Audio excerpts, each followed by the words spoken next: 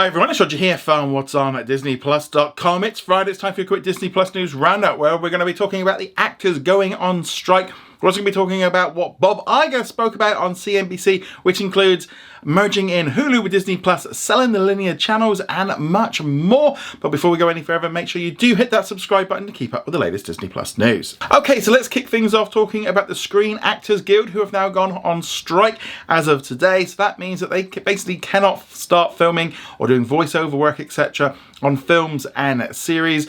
And there's some kind of issues where there are things that they could do. You know, they can do like podcasts and they can do game shows and things like that. But generally, it means right now that, yeah, so there's no acting going on. So there's going to be like no Marvel shows or Star Wars shows being made for Disney Plus or anything like that.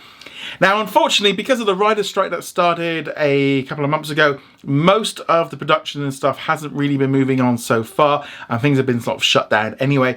So not a huge amount of stuff really coming to an end, but it just means that as the strike goes on, and we don't know how long this is going to go on for. It could be months, it could be weeks. I mean, it can't really go on much longer than that because I think, you know, the studios and the actors are going to have to come together at some point. But it is going to be very tricky. We are going to have a very different fall season than we are used to. It's actually about 60 years since the actors and the writers have been on strike at the same time. This is really kind of something that we've not really seen before. And yeah, things are just looking pretty ropey right now in the US. All of this basically comes down to the writers and also the actors are trying to get more money for the work that they do, which is understandable. You know, price of everything's going up, inflation, etc.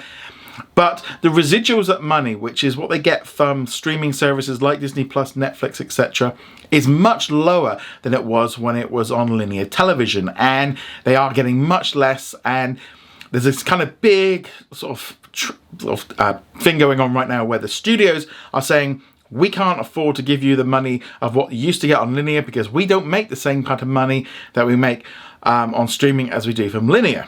And therefore, that is the big thing. The studios are looking at it right now going, they don't want to do it. There are some differences. For example, like Netflix doesn't really do residuals. They pay more up front.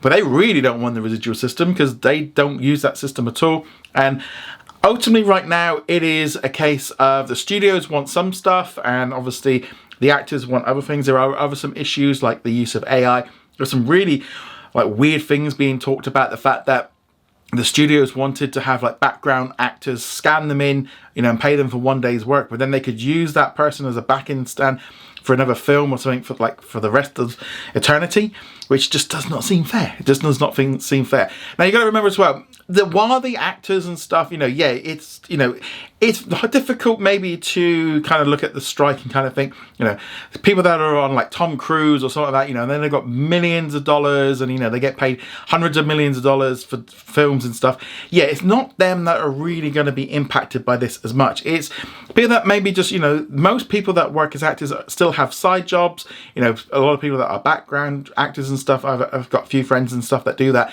You know, they need, you know, they aren't getting a lot of money for this. You know, there's not a lot of money actually in acting, and most people don't make it. So therefore, it's about the longevity of like the world is changing to streaming, and the business model that was in place for linear doesn't work for streaming. So I think there is a case of on both sides that, you know, there needs to be some adjustments to the model. You know, we are going to see some more advertising and stuff coming in on streaming, etc. Some of the things, for example, like the Actors Guild, what they wanted is they wanted a percentage of all of streaming services subscription money, and then they would divvy out the residuals from that. The studios were like, nope, we're not doing that. And, you know, you can see it from both sides on that one there. And I definitely feel like we're at a point now where, like, personally, I feel like, you know, if the residuals can't go through the way they have been, they are seriously going to have to start paying more upfront to actors. That's one way that they could do it. Again, studios don't want to do that. We are in this real, just awkward situation right now with sort of the actors and the writers who realistically need more money than they are making. You know, some of them are struggling to live in Los Angeles. It's very expensive to live there.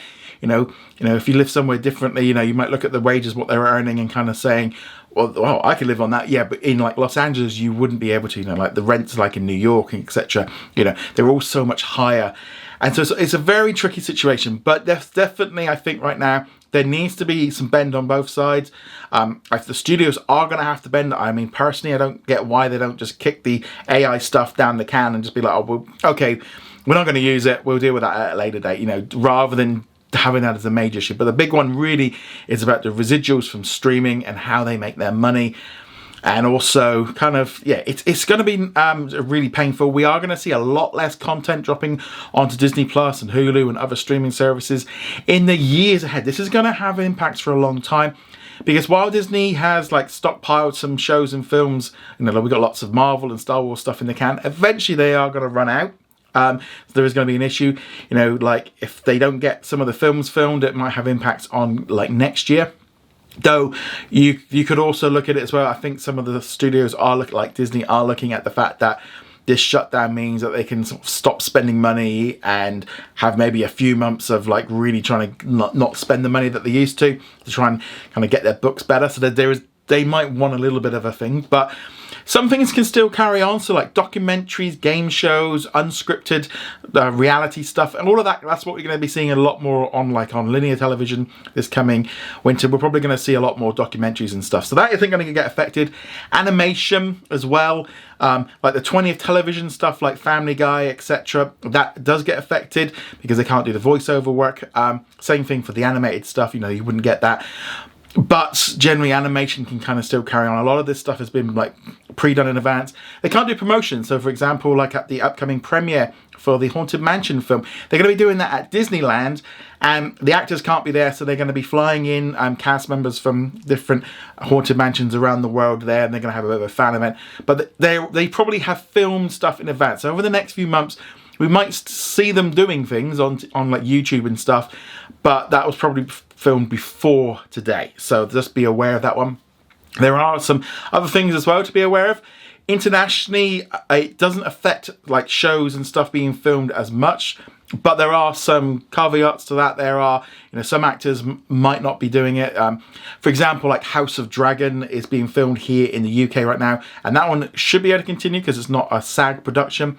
But there has been reports that it's like today they've not filmed, so there might be some issues going on. There is still stuff going to be filmed.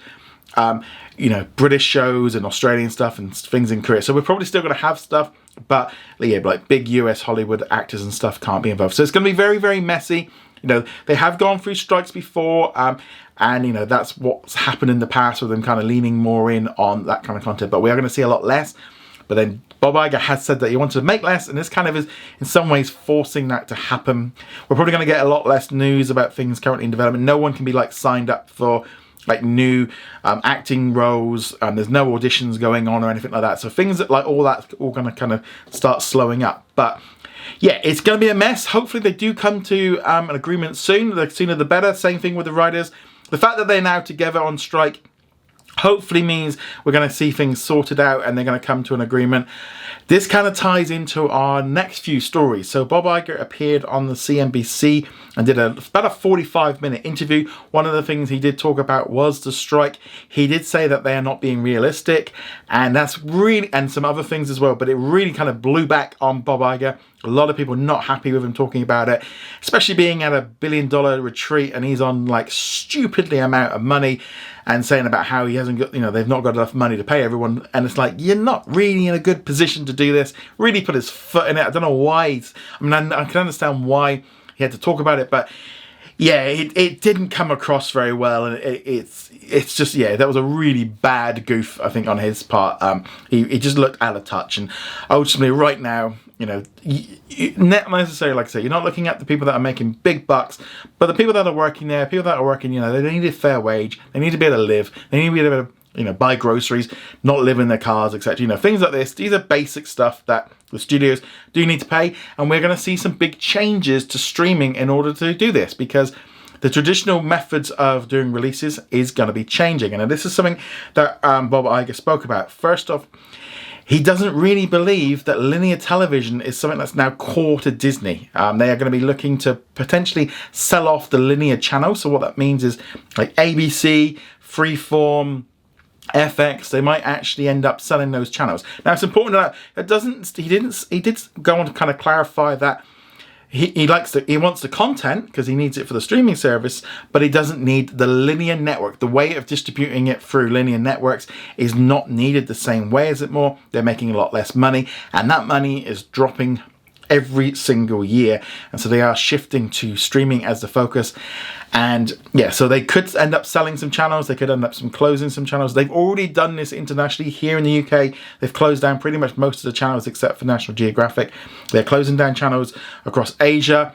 There's also reports as well of Disney looking to maybe sell or sort of do something with its Indian operations, where it has like 80 channels. You know, they've also closed down channels in like Australia, etc. So it wouldn't be at all surprised if we start seeing some linear channels closing down, and maybe they can sell them off to other companies. I think it might be a good idea for them to maybe keep hold of like the main ABC channel and use that as like a showcase channel for some of their stuff. But yeah, Disney are going all in on streaming, and linear is something that they know is just something that's getting worse and worse. And yeah, they want to make the jump and be a bit more leaner, and essentially linear television is no longer core to their business. So I think we're going to see some big changes coming up with that on there. Some other things he talked about during this interview, he said that Hulu and Disney Plus in the US would be merging by the end of this calendar year.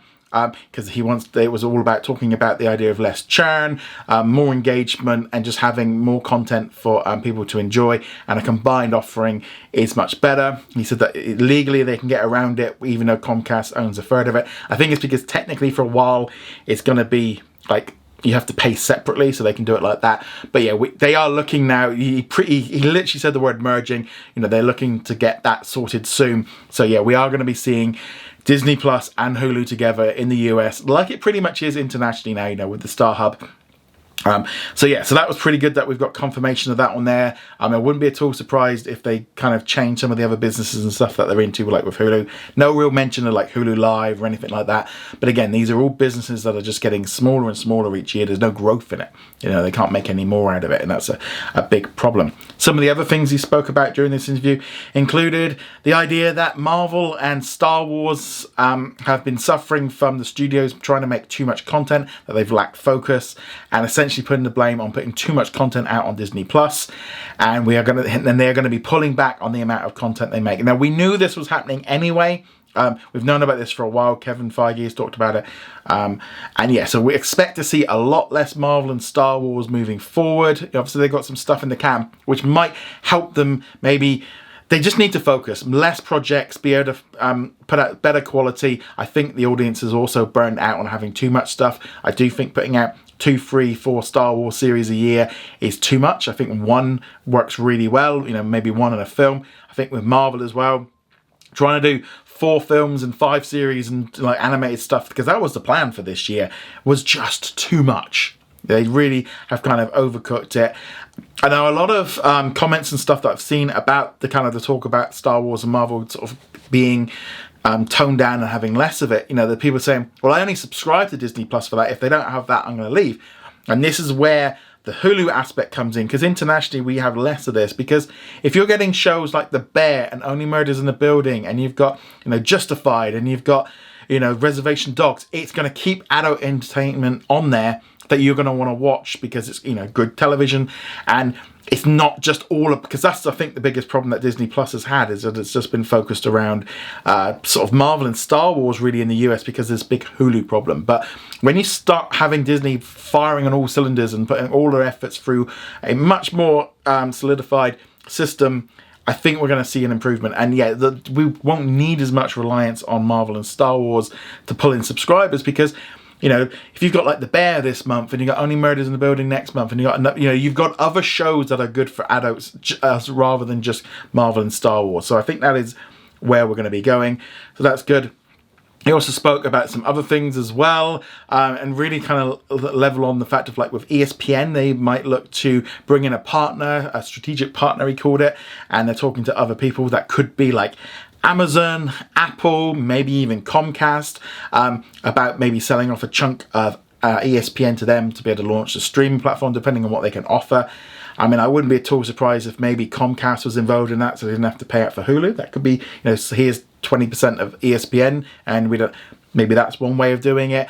Or maybe bringing like in Apple or something like that to so they can put it on their systems and stuff. So again, they're not looking at getting completely out of sports, but they are looking at maybe divesting some of it so there's less pressure on them. And I think we are going to see a much leaner Disney, much more focused. You know, we're going to be seeing as well, like with Pixar and the animated films and stuff, they're going to be much more focused. You know, he also spoke about not wanting to be in a culture war. And just a whole host of different things. It was a very long interview. Watched it all. Very worth checking out. You find like links to all the articles below, and they've all got like clips and stuff here. But a lot of information coming out of that interview. Very much, I think, setting up the fact that Disney Plus is something that they're focused on streaming, but they're going to continue to go through the sort of the traditional system where it goes to cinemas, digital, physical.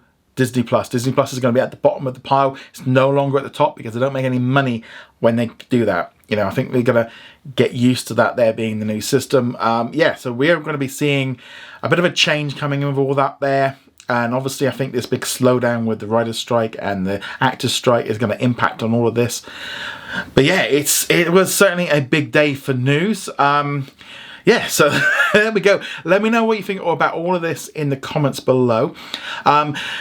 Yeah, there's so much. Like I said, it's a bit of a long one today, so I'll be back on Sunday with a live Q&A. Go check us out over at what's on at disneyplus.com, and I shall see you guys soon. Laters.